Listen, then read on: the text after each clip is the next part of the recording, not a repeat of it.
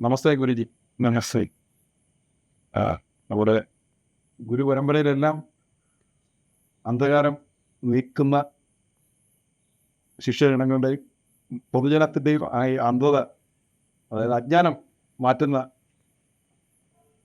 മഹത് വ്യക്തികളെയാണ് സാധാരണ ഗുരുജി എന്ന് സംബോധന ചെയ്യാറുള്ളത്. അപ്പോൾ അങ്ങനെ ഗുരുജി പട്ടം കിട്ടുന്ന മഹാത്മാക്കൾ ഈ ഭാരതീയ ഋഷി പരമ്പരയിൽ വളരെ ചുരുക്കം ആൾക്കാരാണ്. സദ്ഗുരുവിനെ ആ ഒരു കാറ്റഗറിയാണ് നമ്മുടെ ശിവഗിരിയുടെ മണ്ണ് വെച്ചിൻ്റെ സദ്ഗുരുവെ കാണാൻ പറ്റിയത് ഗുരുദേവൻ്റെ നിയോഗമെന്ന് ഞാൻ പറയും. അപ്പോൾ അതിന് എനിക്ക് അത്യധികം ഭാഗ്യമുണ്ടായി. സ്വാമിജിയുടെ മുഖതാവിൽ നിന്ന് തന്നെ അദ്ദേഹം പ്രൊമോട്ട് ചെയ്യുന്ന SMS മെഡിറ്റേഷൻ, ആ മെഡിറ്റേഷനെ പറ്റിയുള്ള വിവരങ്ങൾ, അത് അത്ഭുതകരമായ ചേഞ്ചസാണ് മനുഷ്യന് ഉണ്ടാക്കുന്നത്. എല്ലാ ബുദ്ധിമുട്ടും രോഗശാന്തി പോലും SMS മെഡിറ്റേഷൻ വഴി വന്ന അനുഭവസ്ഥരുടെ ഒരുപാട് കഥകൾ കേട്ടിട്ടുണ്ടായിരുന്നു. സ്വാമിജി ഒരു പറക്കൽ പോലെയാണ് ഞാൻ മനസ്സിൽ തൊഴിച്ചിരുന്നത്. സ്വാമിജിയെ ഇന്ന് ഗുരുദേവൻ്റെ അനുഗ്രഹം കൊണ്ട് സ്വാമിജിയെ ശിവഗിരി മഠത്തിൻ്റെ മണ്ണിൽ തന്നെ ഗുരുവിൻ്റെ വാസസ്ഥലത്തിൽ തന്നെ ഗുരുവിൻ്റെ പാതാരവങ്ങൾക്ക് മുന്നിൽ തന്നെ സ്വാമിജിയെ കിട്ടി. സ്വാമിജി ഇവിടെ വരുന്ന ഭക്തർക്കും സ്വാമിജിയുടെ ഒരു അനുഗ്രഹം, അത് ഈ ജ്ഞാനോദയം ശ്രദ്ധിക്കുന്ന ത്യാഗിവര്യന്മാർ അവർ യഥാർത്ഥത്തിൽ ജീവിച്ചിരിക്കുമ്പോൾ തന്നെ പരമാത്മാവിനോട് വിലയം പ്രാപിക്കും. പരമാത്മാവുമായിട്ട് നേരിട്ട് സംവദിക്കുന്ന സ്വാമിജിയാണെന്നാണ് ഞാൻ മനസ്സിലാക്കുന്നത്. ആ പവർ നമ്മളിലേക്ക് പകർന്നു നൽകും. ഈ മാനവരാശിക്ക് മുഴുവൻ അനുഗ്രഹം നമ്മുടെ ശിവഗിരി വരുന്ന ഭക്തന്മാർക്ക് മാത്രമല്ല, മാനവരാശിക്ക് മുഴുവൻ സ്വാമി അനുഗ്രഹം പ്രദാനം ചെയ്യട്ടെ.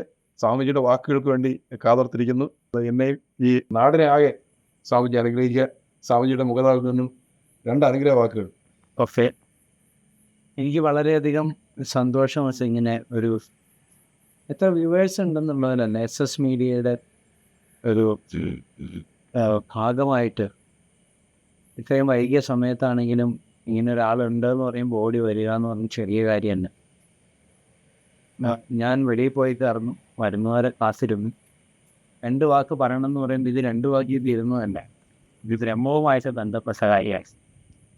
ആകെ പറയാൻ പറ്റുന്നത് SMS മെഡിറ്റേഷൻ എന്ന് പറയുന്ന ഒരു വാക്കിനെ പറ്റി പറയാൻ പറ്റും.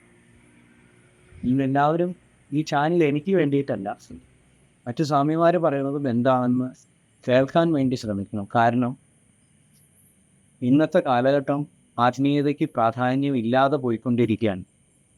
ആത്മീയത എന്താണെന്ന് ആളുകൾക്ക് അറിയണമെന്ന് ആഗ്രഹമുണ്ട്, പക്ഷെ എല്ലാം വളരെ ഫാസ്റ്റായിട്ട് വരും. SMS മെഡിറ്റേഷൻ്റെ പ്രത്യേകതയും ഇത് തന്നെയാണ്. ഭഗവാൻ എന്താണോ പറഞ്ഞു വച്ചിട്ടുള്ളത്, ശ്രീനാരായണ ഗുരുദേവൻ്റെ ഗദ്യപ്രാർത്ഥനയിൽ പറഞ്ഞിരിക്കുന്ന അതേ കാര്യങ്ങൾ ഡീകോഡ് ചെയ്തു തന്നെയാണ് SMS മെഡിറ്റേഷൻ. ഏതൊന്നിനെ വറുത്തു കളയുവാൻ ശക്തിയുണ്ടോ അതിനെ നിങ്ങൾ ഇടപെടാതെയാണ് ധ്യാനിക്കേണ്ടത്. അത് ഏതാണെന്ന് നമുക്കറിയാം. അതാണ് സൂര്യൻ. ഈ സൂര്യൻ പ്രപഞ്ചത്തിൽ പ്രകാശിക്കുന്നില്ല എങ്കിൽ പ്രപഞ്ചത്തിൽ ഒന്നേയും ജീവനില്ല.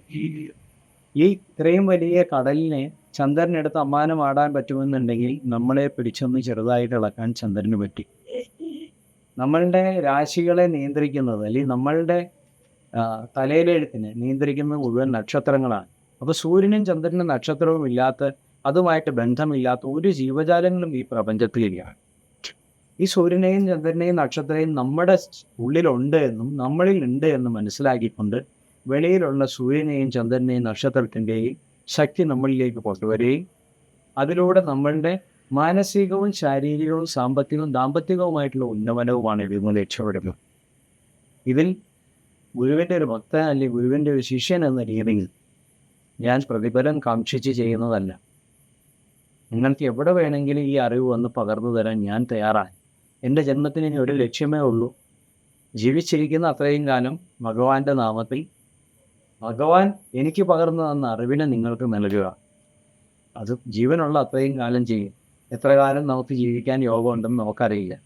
ഭഗവാൻ എൻ്റെ ഡ്യൂട്ടി തീർന്നു എന്ന് പറഞ്ഞാൽ നമ്മൾ ഇവിടുന്ന് പോവുക, അത്രയുമേ ഉള്ളൂ.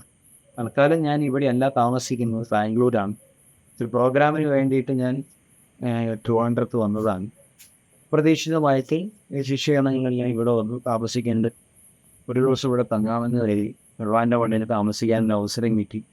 അപ്രതീക്ഷിതമായിട്ട് ഇങ്ങനെ ഒരു വീഡിയോ ക്ലിപ്പ് നിങ്ങൾക്ക് വേണ്ടിയിട്ട്, അല്ലെങ്കിൽ ഞാനാണ് ശരിക്കും പഠിച്ചുകൊണ്ടിരിക്കുന്നത്. ഈ ഭൂമിയിൽ ഞാൻ ജനിച്ചത് ഞാൻ പഠിക്കാൻ വേണ്ടിയിട്ടാണ്. ബ്രഹ്മജ്ഞാനം നേടിയതിന് വേണ്ടിയിട്ട് ഞാനാണ് യാത്ര ചെയ്യുന്നത്.